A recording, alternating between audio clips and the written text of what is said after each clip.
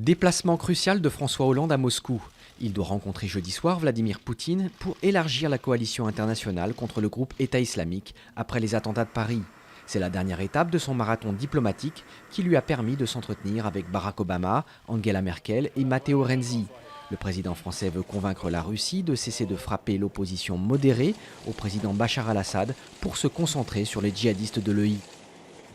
Pas d'excuse de la Turquie 2 jours après le crash d'un chasseur bombardier russe à la frontière syrienne. Ankara parle toujours de violation de son espace aérien et estime que son aviation avait donc le droit d'abattre l'appareil. La Russie, qui dément cette version, a annoncé de son côté avoir détruit le groupe rebelle syrien qui opérait dans la zone du crash. Moscou a aussi promis des mesures de rétorsion contre l'économie turque.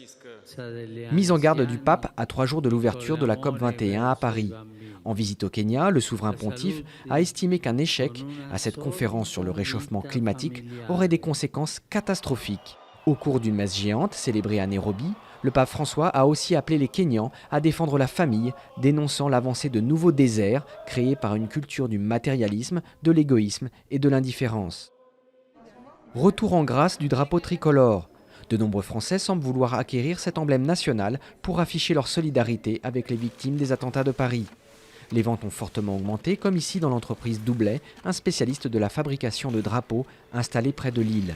Cet engouement pourrait se voir bientôt dans les rues, alors que François Hollande a demandé aux Français de prendre part à l'hommage national de vendredi en pavoisant leur domicile aux couleurs de la France.